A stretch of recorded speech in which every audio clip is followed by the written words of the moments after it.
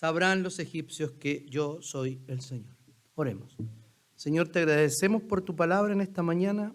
Queremos, Señor, ser edificados por ella. Queremos, Señor, que tú nos hables. Queremos ver, Señor, cómo tú enfrentas de manera decidida y efectiva, Señor, a tus enemigos. Y así como lo hiciste con el faraón, lo has hecho con el pecado, con el diablo, con el mundo, Señor. Tú eres vencedor. Te damos gracias por ello y te pedimos todo esto en el nombre de Jesús. Amén. Vimos en el sermón pasado que el relato había quedado de alguna manera inconcluso, ¿cierto? Decía algo así: yo no tengo facilidad de palabra, ¿cómo lo voy a hacer? Y ahí quedaba como si fuera una especie de final inconcluso, y claramente no era el final, no es el final de la historia. La historia sigue. Y efectivamente el Señor le permite a Moisés que hable, que lo que escuche lo repita, y el faraón vaya y haga la negociación. Perdón, Aarón con el faraón haga la negociación. Pero Dios le dice lo siguiente, o sea, no le dice, ok, tú no vas a hablar, ok, tú no vas a hacer nada, te voy a cubrir, te voy a eximir de esta obligación que tienes. No, lo primero que dijo, y ahí tenemos un paralelo súper significativo con el 28 de Mateo, cuando dice: te pongo por Dios ante el faraón. No es que lo ponía por Dios, él siendo Dios, sino que lo ponía con la autoridad de Dios frente al faraón. ¿Recuerdan Mateo 28 al final cuando dice Jesús: toda autoridad me es dada en el cielo y en la tierra? Por tanto, vayan, hagan discípulos a todas las naciones, bautizándolos en el nombre del Padre y del Hijo y del Espíritu Santo. Y yo estaré con ustedes hasta el fin del mundo. Lo que está diciendo aquí el Señor es que, ok, Moisés, conozco tus limitaciones, conozco quién eres, conozco a tu hermano Aarón, conozco al faraón, conozco todo. Pero esto se centra en mí. Este soy yo contra el faraón. ¿Se acuerdan qué pregunta hizo el faraón? Jehová dice que liberes a mi pueblo para ir a presentar sacrificio en el desierto. ¿Y qué le dice Faraón? Faraón dice: no, porque hay mucha pega. Sí, dijo en parte eso. No, porque ustedes se quieren arrancar. También lo dijo. Y lo vemos en el relato de las 10 plagas, cómo Faraón dice: vayan, no, mejor no, vayan, no, mejor no, vayan, y después vayan y los persigue. Entonces, de eso no se trata. La pregunta que está respondiendo es: ¿y quién es ese Señor? ¿Y quién es Jehová para que yo lo obedezca? ¿Cierto? Es la pregunta que hace en el capítulo 5, versículo 2. ¿Por qué? Porque Faraón era Dios en la tierra. A Faraón no le incomodaban los dioses. De hecho, los israelitas podían seguir adorando sus propios dioses. No estaba ni ahí. Era muy parecido al imperio babilónico, que no molestaban a las otras religiones. También con los romanos. Ustedes ven que los judíos pueden practicar todo allí en Israel y estando bajo el imperio romano. A Faraón tampoco le importaba mucho, porque un dios más, un dios menos, era insignificante. Pero el punto era que él era Dios, Faraón, en la tierra, y como no conocía a ese Dios, él no le haría caso. No negaba la existencia de ese Dios, Faraón, ok. De hecho, al no hacerle caso, reconocía que el Dios existía, ¿o no? Pero yo no le conozco. No estoy ni ahí con hacerle caso, no lo voy a hacer. ¿Por qué razón? Porque no conocía el carácter de Dios, no conocía el nombre de Dios, y el conocer el carácter y el nombre de alguien representa autoridad para esa persona. ¿No han escuchado esas cosas cuando dicen: te voy a acusar con tu papá? ¿Por qué a alguien le puede dar susto, o por lo menos centrar su vida, por lo menos por ese día, cuando le dicen: te voy a acusar con tu papá? Primero porque sabe quién es el papá, conoce el carácter del papá. Y además de eso, conoce el nombre de su papá. Tiene una relación con su papá. Entonces eso representa autoridad. Esa es la idea de conocer el carácter y conocer el nombre. Entonces, de la misma manera reacciona hoy día nuestra cultura. Porque hay gente incluso que creyendo en Dios, no le quiere hacer caso a Dios porque no conoce su carácter. Hay algunos de nosotros que conocemos el nombre de Dios y nos contaminamos con la cultura. ¿En qué sentido? En que actuamos como si realmente no conociéramos el carácter de Dios. Como si no supiéramos quién es Dios. Y la cultura hace esto. ¿Qué hace? Solamente desobedecer. Y uno dice, no, es que las cosas están muy terribles hoy día. Lo están. Pero antes también estaban muy terribles. Y antes de eso, también muy terribles. Porque el corazón humano es un constructor de ídolos, pero además de eso, es sofisticado. El corazón humano es creativo. El corazón humano es ocurrente. Entonces, para pecar, utilizamos, no sé, el 50% de nuestro cerebro que no usamos en otras cosas, lo usamos para pecar, para crear nuevos pecados. Y lo podemos ver hoy día en la televisión. Cosas que antes no eran pecado, pero hoy día, cosas que antes eran pecado y hoy día no son pecado. Incluso cosas que antes eran delitos, hoy día no son delitos. ¿Y eso qué le llama a la cultura? En vez de obediencia, en vez de retroceso, en vez de incivilización, ¿qué le dice? Progreso, ¿cierto? Conversaba con una de nuestras hermanas de acá y también de otra iglesia ayer en la reunión de mujeres presbiterial y decían, no sé, yo creo que varios conocen al Dani del Claudio y de la Mónica y a la hermana, a la Marti. Entonces la Marti llega, más grande la Marti, el Dani así era chiquitito, 5 años o 4 años y la Marti le dice, mamá, el Dani tiene una pregunta que hacerte porque algo le habló a la profesora. Entonces el Dani con su tono particular, los que lo conocen, mamá, ¿por qué la tía tiene una esposa si ella no es hombre? Tenía 4 años el Dani y tenía que entender, comprender, cosa que su mamá, su familia no había decidido decirle, explicarle qué estaba pasando en esa situación. Aquí en nuestra congregación ya le pasó a algunos padres que tuvieron que, ya, ahora vamos a tener que explicar esto porque lo queríamos hacer a los 12 años, pero bueno, lo vamos a hacer ahora. Y con esto hago un adelanto sobre la serie de mayo. Siempre nosotros algunos incluso acá han practicado el homeschool, otros hemos no intentado, sino soñado con hacer un homeschool, ¿cierto? Eso significa criar a los hijos, educar a los hijos en la casa y luego dar exámenes libres.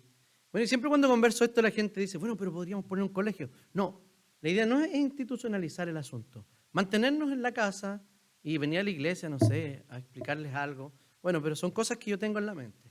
Y he tomado una decisión, no he tomado la decisión de decir, ya en esta iglesia todos los creyentes van a hacer homeschool. No. Pero he tomado la decisión de animar a aquellos que pueden y de animar a aquellos que se animan con valentía a hacerlo. ¿Saben por qué? Porque he llegado a la convicción, después de haber criado con mi esposa un hijo de 18 y un hijo de 20, ahí ustedes los ven, es lo que se ha podido hacer, ¿cierto? Es lo que hemos intentado ser papá, y entonces eso, no, son buenos niños, muy buenos niños. Lo que pasa es que no se les nota. Entonces, yo quiero motivar a esos papás, poner en la conversación que esa burbuja despreciada, ¿han cachado esa burbuja despreciada? Pero ¿cómo si los tienes en una burbuja? Tus hijos tienen que salir al mundo. Lo primero que yo les diría, son mis hijos. Yo los parí, yo los crío como quiero. ¿Cierto? Ya, ok. Lo primero que podríamos decir, pero para no ser tan violentos y pesados, decir, ¿saben qué? A mis hijos los voy a mantener en una burbuja hasta cuando yo quiera.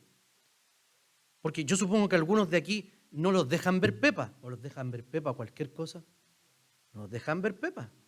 Porque si su hijo o su hija, si es egoísta, malintencionada, y todo lo que quiera con Pepa es multiplicarlo, ¿cierto? No porque sea gorda, rosada y una chancha, es porque es mala gente, ¿ya? No estamos criticando a Pepa por cómo se ve. Entonces, yo creo, queridos hermanos, que los judíos incluso en este tiempo no hicieron eso, o intentaron hacerlo, o el pueblo judío ha intentado hacerlo a lo largo de la historia, de mantener esas burbujas. ¿Quién quería ser, en su vida ha querido ser bombero? Digan la verdad. Bien, ya, bombero. Y ustedes se meten a la escuela de bombería, ¿ya? Van a la escuela y a ustedes le dicen, ya, tu primera práctica va a ser sin casco, sin traje de fuego, sin nada, te vas a meter al fuego, a ese incendio que está ahí. Y luego, como está emocionado, ¿qué va a hacer? Se va a meter. ¿Y qué va a pasar? Se va a morir. Eso va a pasar, se va a morir y no va a poder ser bombero. Entonces nosotros queremos que nuestros hijos entren al fuego sin una mentalidad de bombero, sin cascos de bombero, sin oxígeno de bombero, sin traje de bombero, sin capacitación de bombero y enanos. O sea, van a entrar y ¡pum! El fuego los hace así. Esa es una caluguita de una de las cosas que quiero hablar en mayo. Pero fíjense que esto les pasaba, porque nuestra cultura, ante las declaraciones de Jesús, por ejemplo, decir que Jesús es el Señor y el único Señor y hay que obedecerlo, dice Tim Chester, que es un libro que estamos utilizando, reemplazan la realidad objetiva de Dios por una elección subjetiva. O sea, nosotros tenemos una verdad objetiva. Y ellos pueden decir que sí, Jesús, wow, súper bien, sigamos los pasos de Jesús. Pero nosotros no nos manda a seguir los pasos de Jesús, sí, entre otras cosas. Pero lo que nos manda la Biblia es entregar nuestra vida a Jesús y obedecerle con todo nuestro ser a Jesús. Cuando la gente dice seguir los pasos, no habla del discipulado, de tomar su cruz y de seguirle. Lo que habla es, mire qué lindo ejemplo Jesús. Le pegaron y él no respondió. Me gustaría tanto hacer eso. Pero la gente no hace eso. La gente lo que hace es desobedecer las órdenes de la Biblia.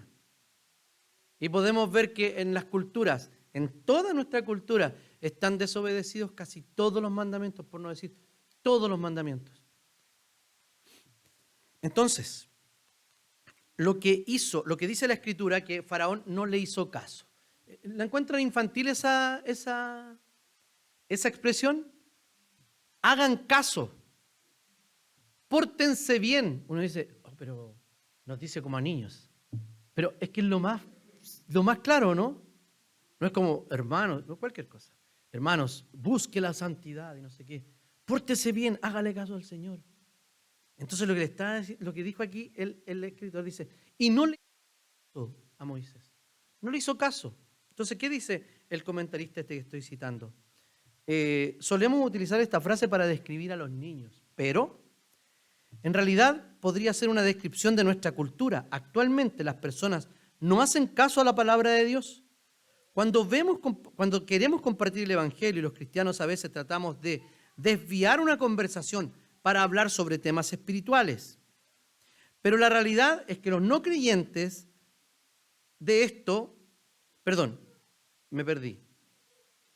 Pero la realidad es que los no creyentes son mucho más hábiles para lograr que no se hable de temas espirituales.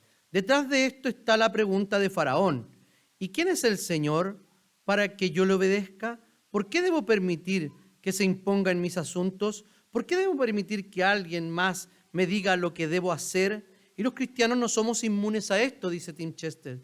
Intentamos limitar nuestra obediencia. En lugar de entregarnos completamente al servicio de Dios, tratamos de limitar lo que hacemos. ¿Qué puedo hacer con el menor esfuerzo posible? ¿Qué tan lejos debo ir? ¿Por qué debo oponerme a mis sentimientos? A nosotros también nos toca eso. Hacernos estas preguntas. Sí, yo conozco al Señor, sé quién es, pero de repente igual pienso, ¿por qué el Señor es tan exigente? Si sabe cómo soy, ¿para qué me invita? ¿Para qué me llama si sabe cómo me pongo?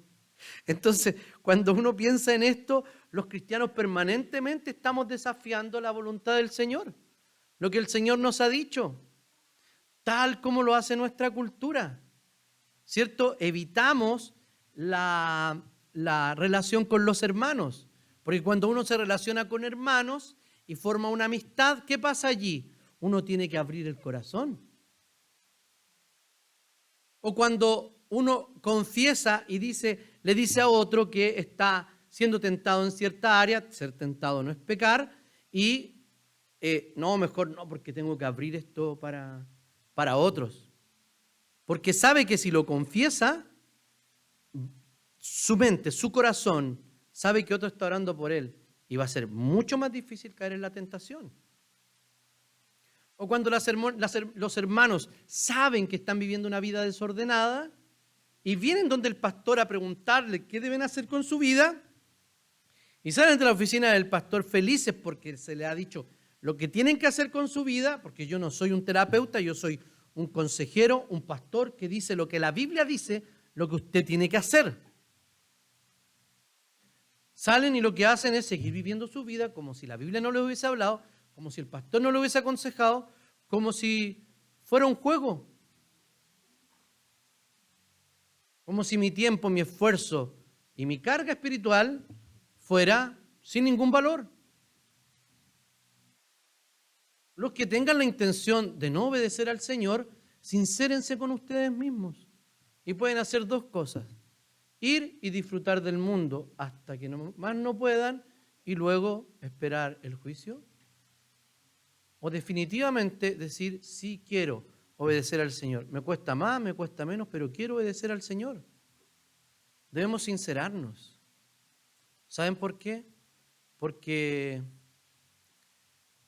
el Señor ha tenido tanta misericordia con nosotros, pero nosotros seguimos coqueteando con Egipto. Como vivimos dentro, ellos estaban viviendo dentro, 400 años.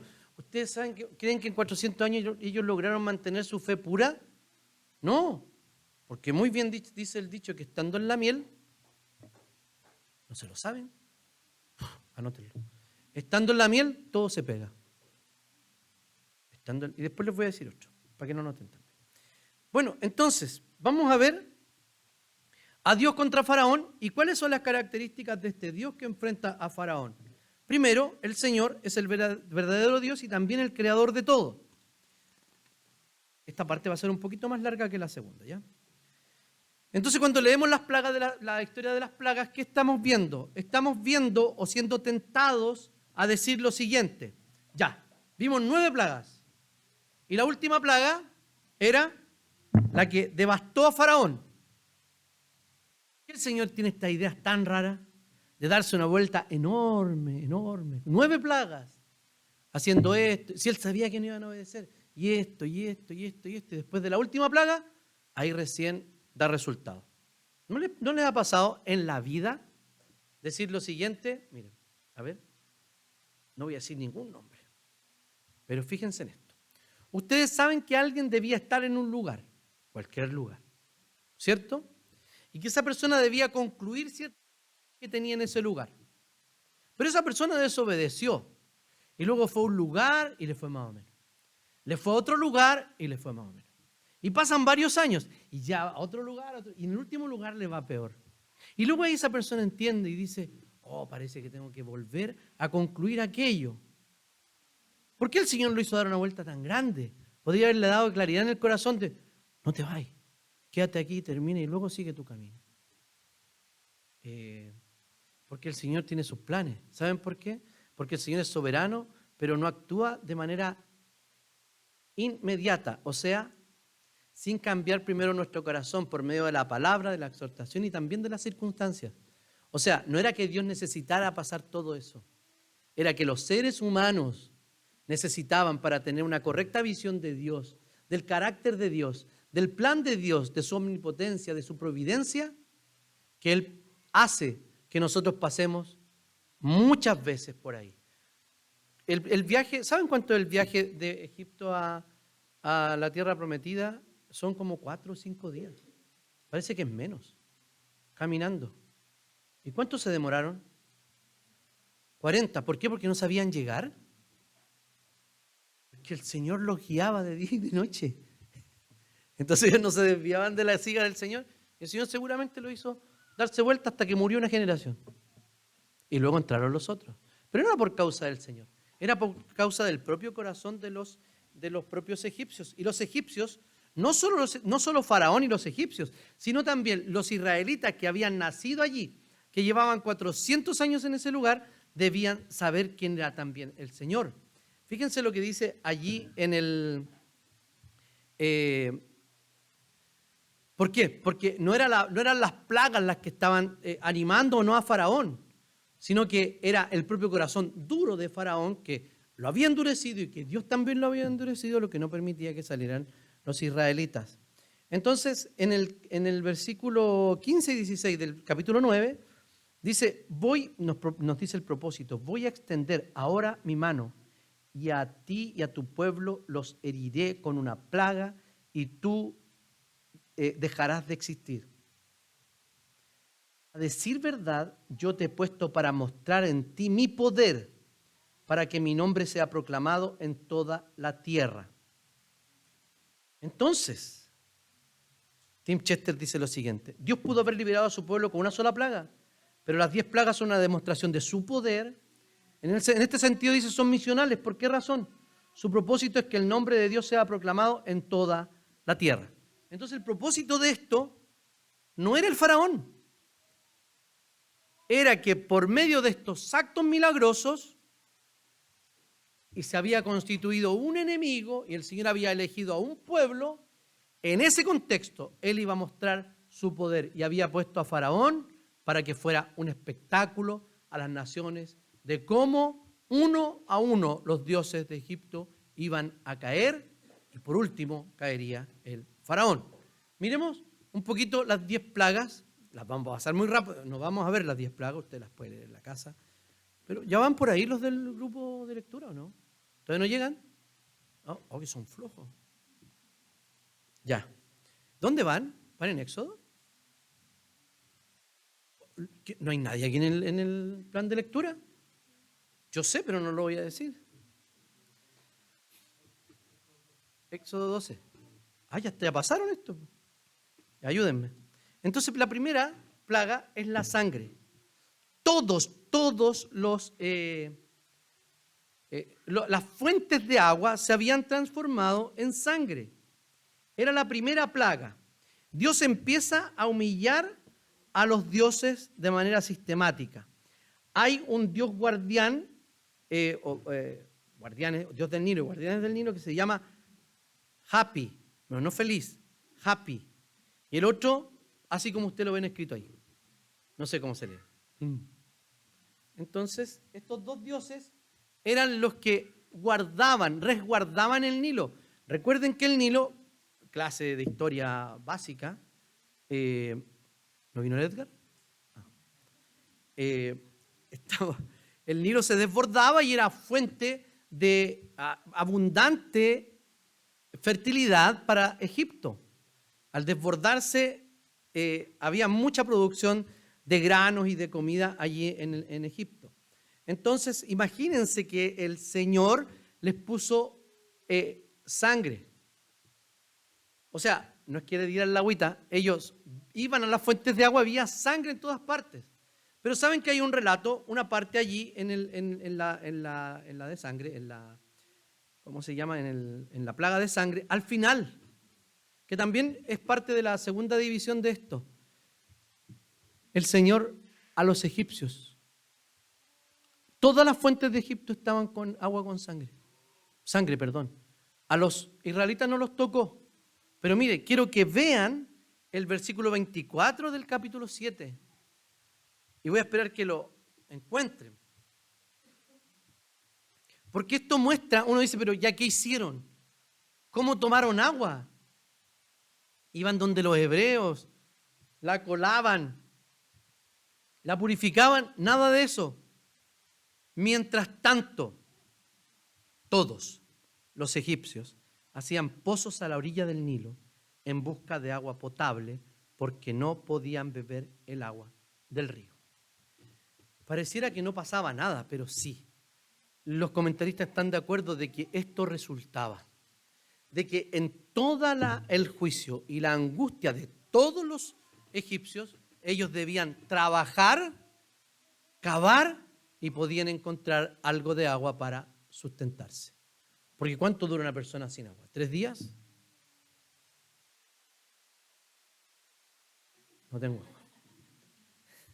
Entonces, una persona sobrevive 3 días. Ellos podían tener agua. Fíjense que a pesar de que ellos estaban siendo juzgados, el Señor aún mantenía su misericordia sobre ellos. En segundo lugar, las ranas. Ahí está la diosa Heket, que era una diosa con cabeza de rana, que era diosa del nacimiento. Entonces las ranas también estaban siendo objeto de invasión en Egipto. Algunos dicen, sí, ¿han visto la película esa? Se llama Crisis de Fe o Prueba de Fe, que explican científicamente cómo pasa todo esto. Las ranas salen del río porque hay sangre, ¿cierto? Después, por alguna razón, salen piojos y los piojos llaman a las moscas y se muere el ganado y ahí viene no sé qué, sale úlcera a las personas, etc.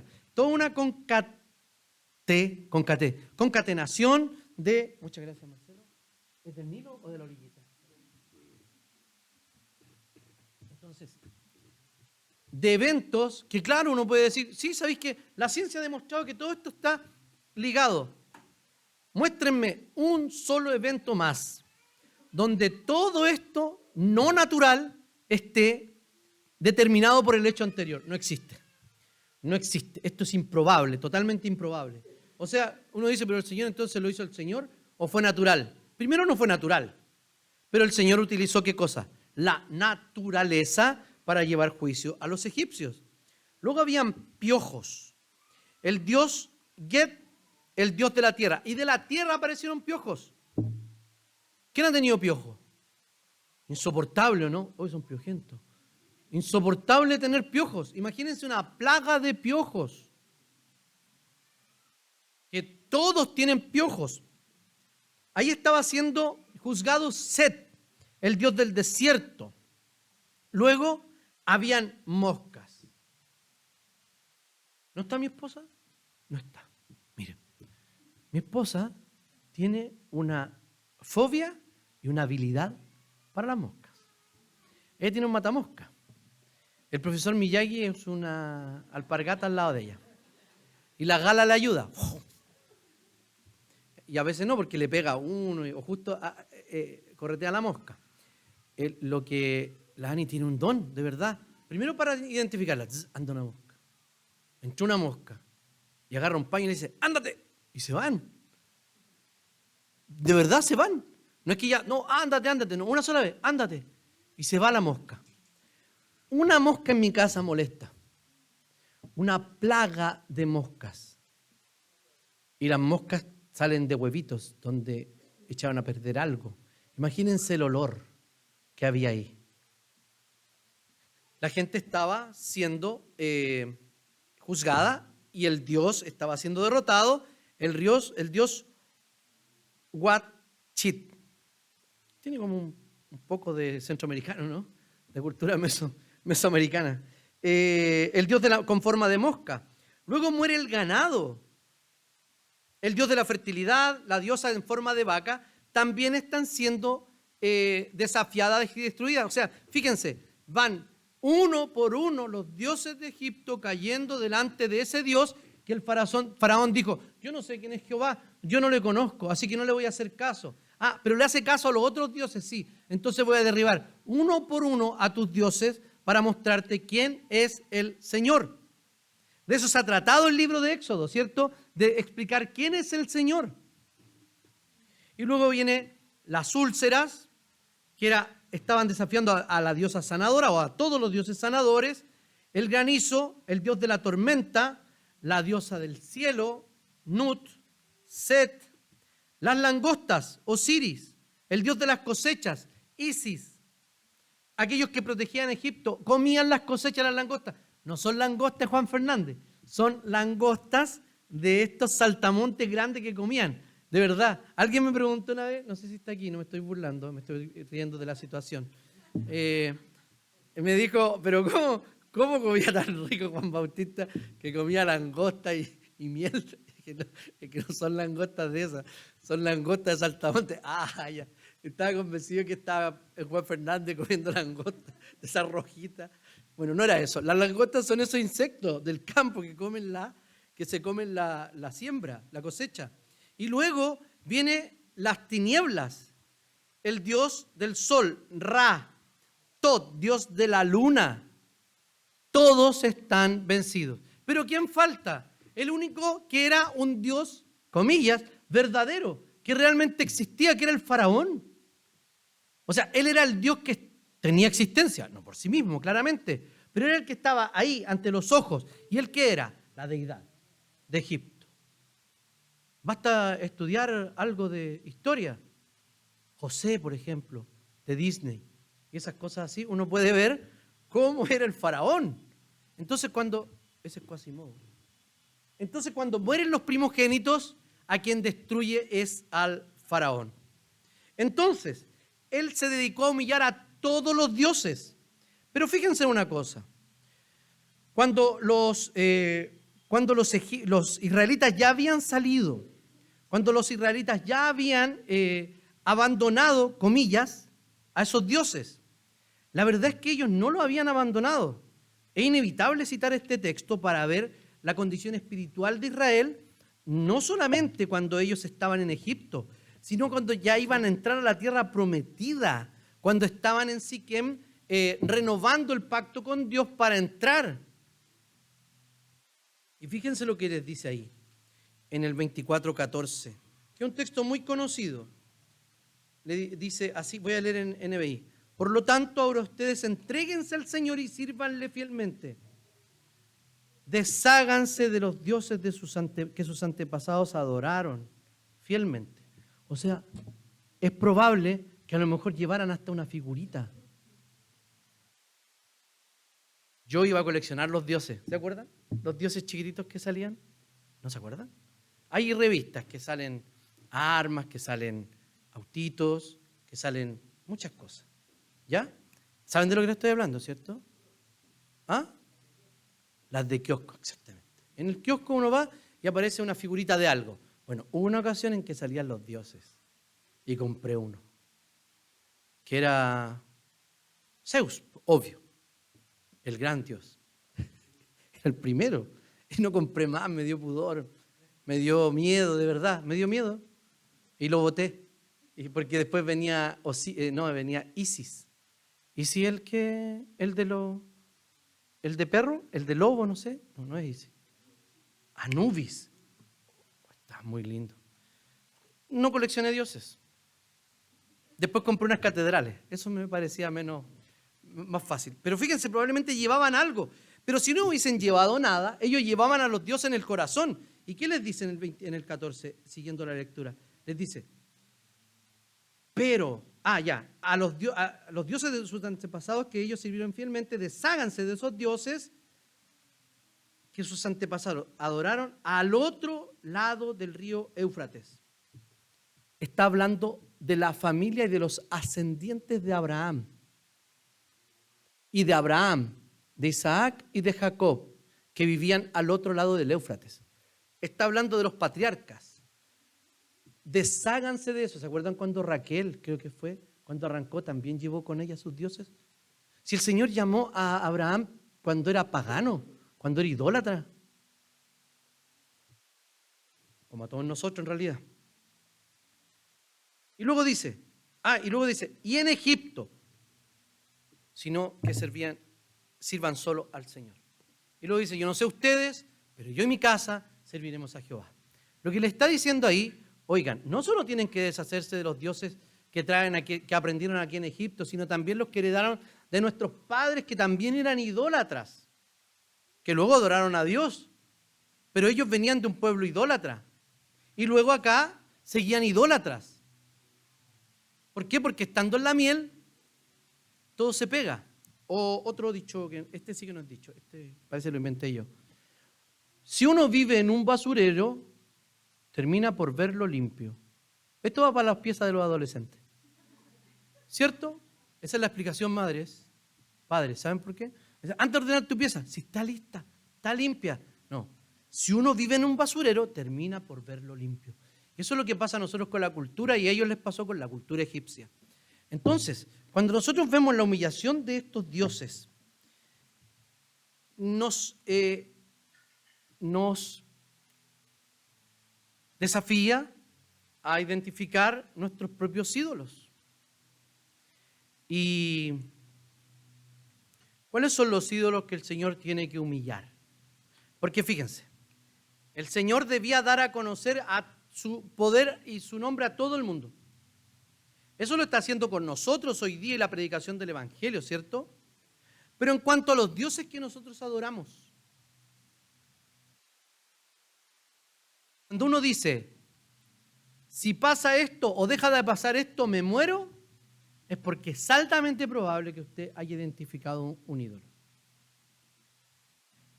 ¿Qué puede decir uno en esas situaciones? Si pierdo mi pega, me muero.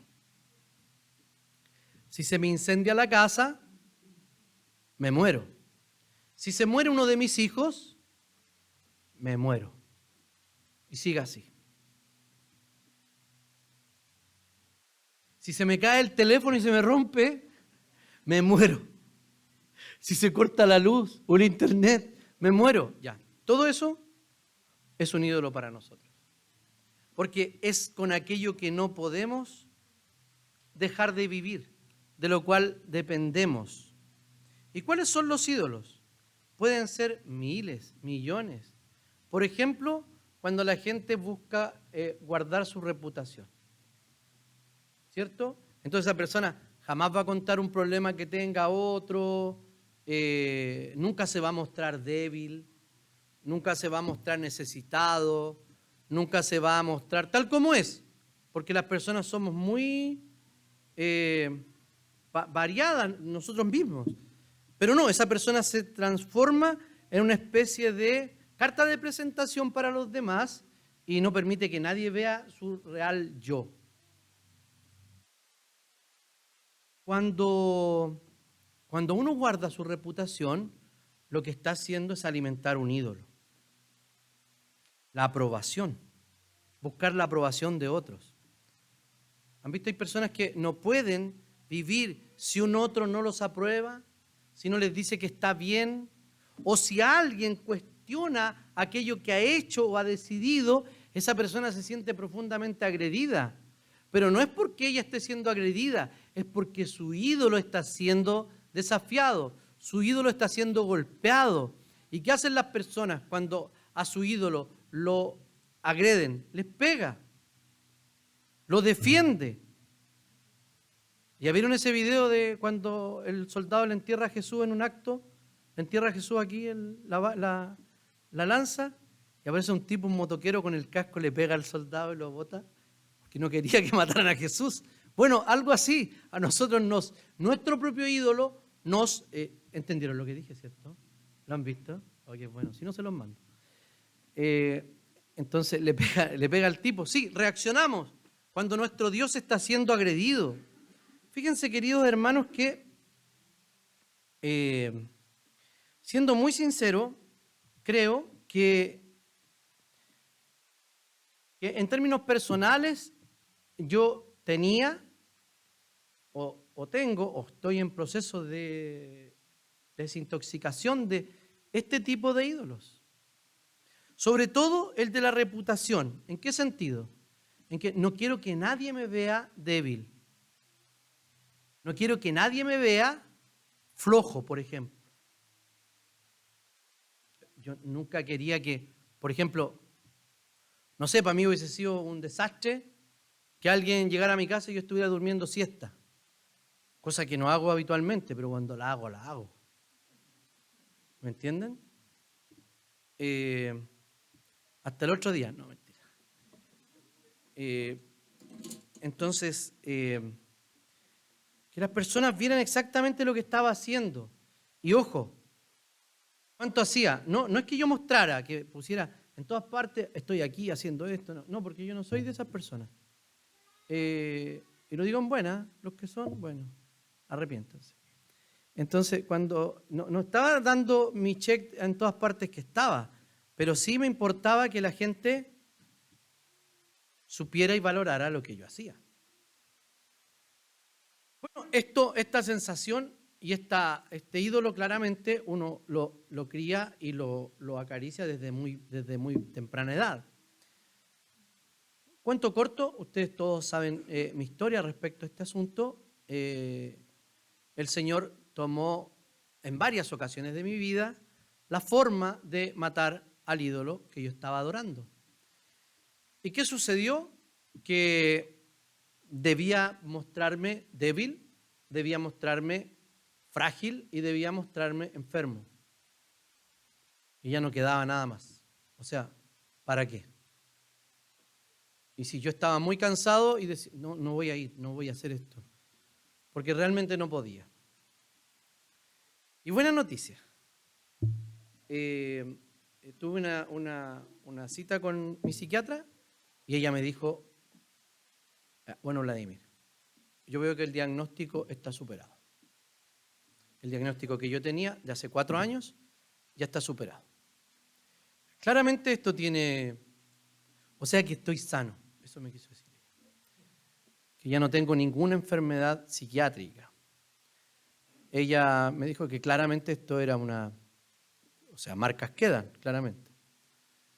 Mi memoria la iba a empezar a recuperar después de dejar los medicamentos, etc. Mis periodos de blancura mental, cuando quedo así, ¿qué estaba diciendo? Van a ser menos, mi concentración va a volver y todo. Y durante este año debo dejar los medicamentos. Para el 2024 no estar tomando ningún tipo de medicamento. ¿Y por qué les cuento esto? Y lo quise poner dentro del sermón. Es porque no nos hagamos los lesos. Si tenemos un ídolo, el Señor lo va a destruir. Y lo peor es que no es que el Señor lo destruya y nosotros como que salimos libres de polvo y paja. No, porque nosotros somos los que estamos adheridos al ídolo. Entonces cuando uno saca un parche, lo saque rápido o lento, algo va a sacar. Entonces, ¿cuál es mi consejo hoy día? El consejo de la palabra del Señor. Déjenlo. Así le dice Josué. Y así estuvo diciendo permanentemente el Señor. Dejen a sus ídolos. Antes que yo los mate. Y antes que el ídolo los mate a ustedes. Entonces, la reputación. O también ídolos sexuales como la pornografía. O sociales como el consumismo. El trabajo. ¿Se han fijado que hoy día es como, no sé si ahora todavía, pero decir trabajólico y muy comprometido con la empresa era como algo muy bueno, ¿cierto? Es trabajólico. No, él es un ólico, como un alcohólico. O sea, esa persona lo domina el trabajo. Esa persona va a tomar malas decisiones por el trabajo. Esa persona se va a destruir la vida por el trabajo. ¿Por qué? Porque le va a pedir todo y mucho más. La realización personal. ¿Han visto ese complejo que tiene la gente que se transforma en un ídolo de ser algo? Y que muchas veces nuestros papás nos lo dijeron. Es que tenéis que ser algo en la vida. Soy una persona. Me voy a dedicar a algo, pero ya soy algo. Ese ídolo de surgir. Ese ídolo de la prosperidad. ¿Cierto? Porque, por ejemplo, el sistema económico que nosotros que hemos elegido, en el que hemos elegido vivir, es cierto, en otros países la gente prospera, ¿no es así? En los países libres la gente prospera. Pero parece que nosotros estamos en alguna parte de esa libertad que nos ha permitido que prosperemos tanto como en nuestros países. Porque sí que hemos prosperado nosotros mismos, pero nos da la sensación de que algo nos pasa, tal vez porque somos latinoamericanos nomás, y nos vamos a quedar chantados ahí en ese progreso. Pero cuando eso, de que, porque somos un país con libre mercado, entonces tenemos que todos progresar y no sé qué, no va a pasar así, tan fácil. Porque el progreso no significa tener todo lo que a mí se me ocurra. Es que quiero cambiar la casa y quiero cambiarme para Providencia, no. ¿Sabe qué? Es altamente probable que usted venda su casa y le alcance para comprarse una casa al lado de su casa, no en Providencia. Entonces, eso, queridos hermanos. Y las ideologías, que ya la mencioné una, pero las ideologías de ahora, ¿se han fijado? Sobre todo nosotros que somos, tal vez no tenemos ídolos ideológicos aquí, si lo hay tienen que exorcizarlos y destruirlo, porque si no la va a destruir. Pero por ejemplo nosotros los hombres hoy día, con el ídolo del feminismo, de la igualdad, que está todo muy mal entendido, ya lo voy a explicar en mayo, los hombres tenemos que pedir perdón porque somos hombres, ¿cierto? Tenemos que andarnos disculpando porque somos masculinos, ¿cierto? Porque decimos un comentario machista, un comentario masculino, un comentario a nuestro amigo, y tenemos que andarnos disculpando. No, pero la verdad es que no quiero decir esto, la verdad es que, no, miren, yo quiero explicar antes, yo no quiero decir esto. Hoy uno ve un comentario de un youtuber hablando sobre cómo se caen los micrófonos en un culto, y él dice, bueno, en realidad yo no quiero ofender a nadie, pero porque esta es mi opinión, ojo, esta es mi opinión, entonces yo creo que los micrófonos se caen en el culto. Es que yo estoy hablando, por lo tanto, esta es mi opinión. Y cuando uno da una opinión, siempre tiene el riesgo de ofender a alguien, de que alguien crea que de otra manera es como se cayó ese micrófono. Es burdo el ejemplo, pero eso es. Toda la gente se anda disculpando, ¿por qué? Porque hay un ídolo a quien alimentar, que es el ídolo de la igualdad, que es el ídolo del respeto por el otro. Sí, ¿cómo voy a estar respetando con cualquier cosa que diga a otro? O sea, uno no puede decirle ni guatón a alguien. Y a mí que me carga la gente gorda. Me están discriminando por no decirle. Entonces, claro, pues entonces nosotros los guatones hasta echamos de menos que no echen una talla. ¿Por qué? Porque no, porque eres gordofóbico. Aunque la idiotez es parte de la naturaleza humana, ¿cierto? Entonces, ¿qué es un ídolo? La señora Alice Fitzpatrick, en su libro Ídolos del Corazón, dice, los ídolos son pensamientos, deseos, anhelos y esperanzas a los cuales rendimos culto en lugar de hacerlo al Dios verdadero.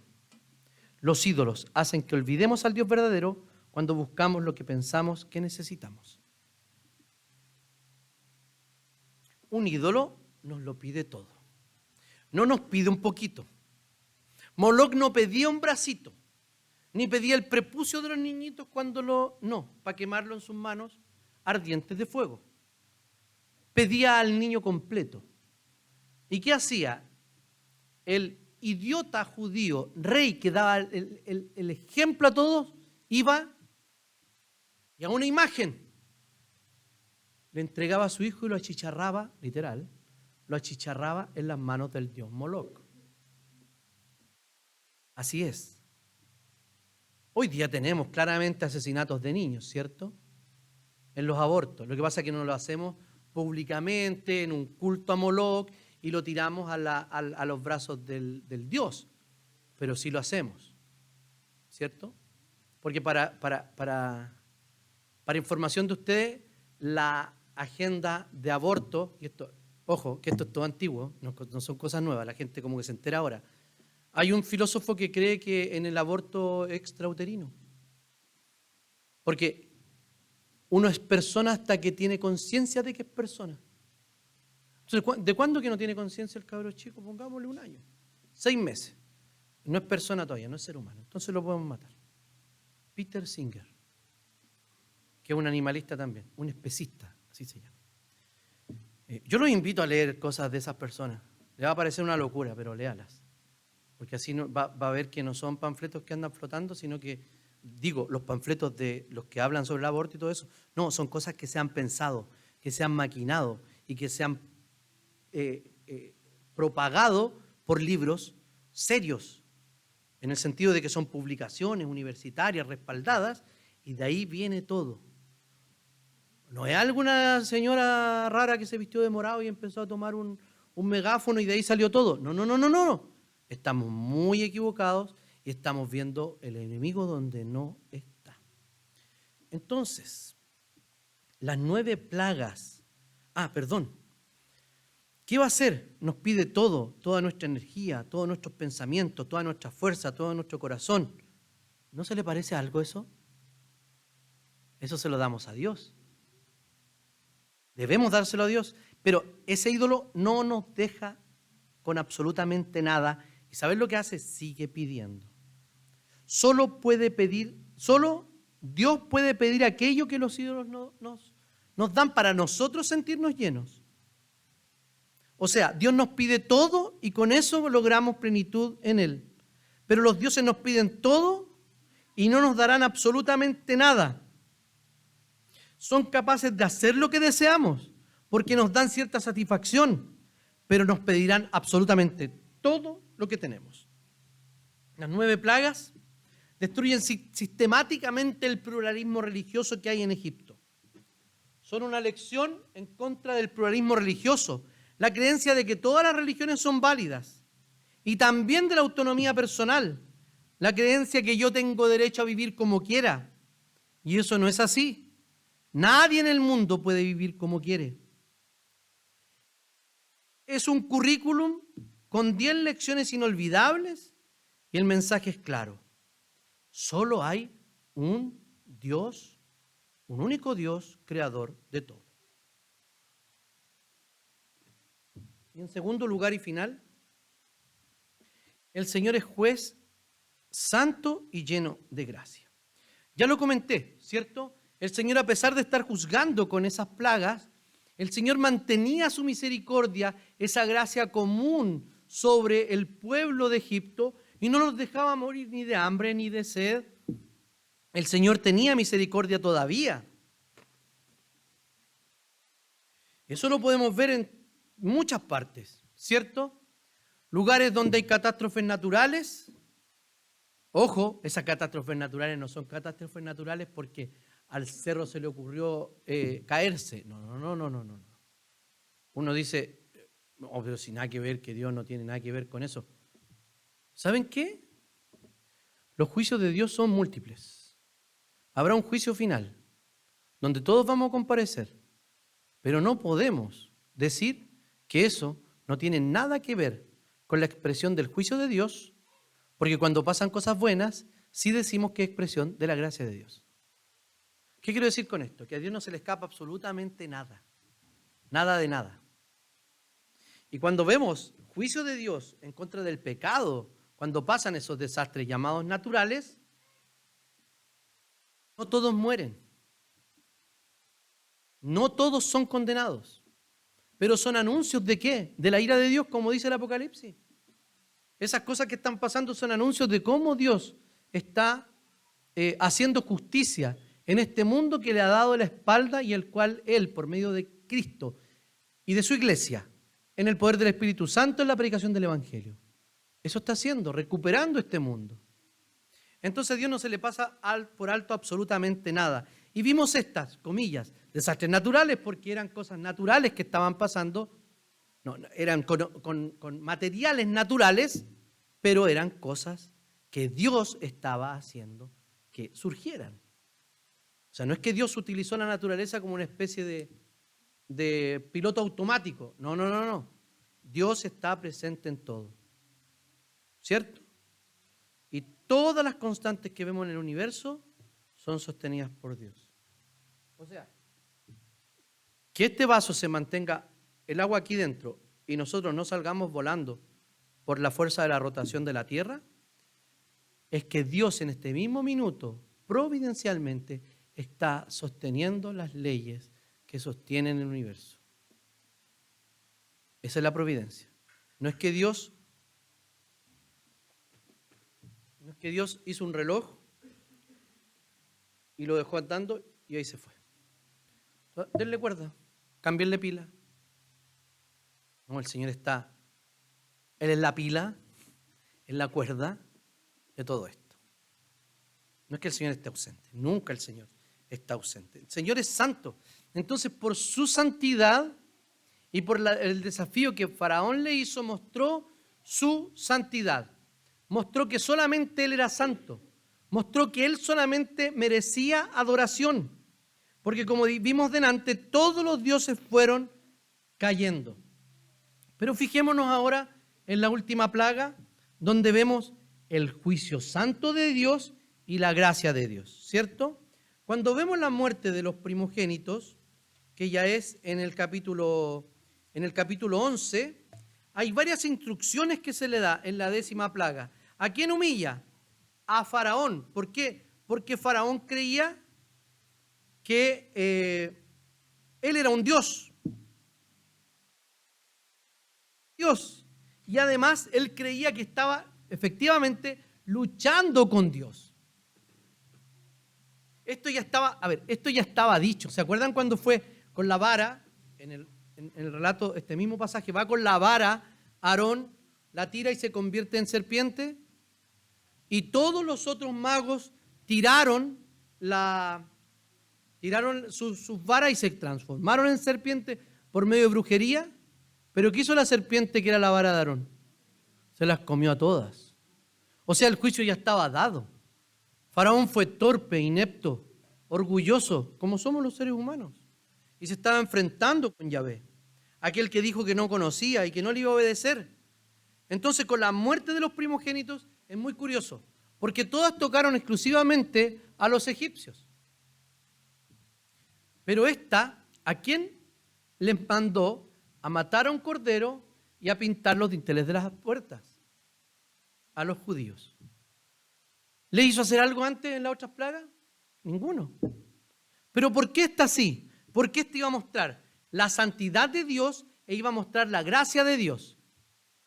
Primero, en Egipto, todos eran pecadores. Todos merecían la muerte. Todos estaban bajo condenación. Todos eran idólatras. Si no fuese así, ¿qué hubiese pasado? Quédense en su casita tranquilos y de repente van a ir sintiendo llantos en las calles porque se están muriendo los primogénitos de las casas egipcias. ¿No? Les dijo, ustedes tomen un cordero, el mejor que tienen, sin mancha, y mátenlo.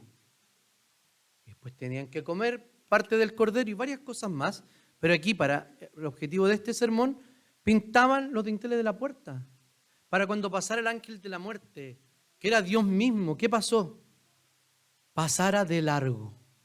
Y eso es lo que significa la palabra Pascua, Pesaj, pasar de largo. Entonces veía, y no es que le asustaba la sangre, nada de eso. ¿Cuál era la declaración de esa casa? Aquí alguien merecía morir. Y el que merecía morir, ¿quién era? El primogénito de esa casa. Pero en lugar de que muriera ese primogénito, ¿quién murió? Uno en su lugar, que era un cordero. Y esto claramente es un anuncio a nuestra propia liberación de nuestro propio Egipto y también la muerte del único cordero que podía salvar los pecados del mundo. Entonces, los hebreos no eran mejores que los egipcios, necesitaban la misma gracia de Dios. No eran mejores, así como nosotros no somos mejores. Allá todos eran idólatras, también hemos sido idólatras, o tal vez lo seguimos siendo. Ellos también necesitaban un sustituto. Dios le había dado una salida con el cordero para que los sustituyera en la muerte a los primogénitos. Todos nosotros estábamos muertos y nosotros también necesitábamos un sustituto porque no podíamos pagar esa deuda y por eso éramos condenados. Y lo que vino a hacer Jesús fue a morir en nuestro lugar. La muerte que nos merecíamos, el Señor la sufrió. Algunos probablemente vieron La Pasión, otros leyeron la Escritura, otros vieron la de Franco Sefirelli, pero ¿saben qué? No podemos imaginarnos el sufrimiento que el Señor tuvo al morir por nuestros pecados. Porque como ya expliqué el domingo pasado, no era solamente una cosa física que le estaba pasando al Señor. Era todo el ser que estaba sufriendo por nosotros y en nuestro lugar.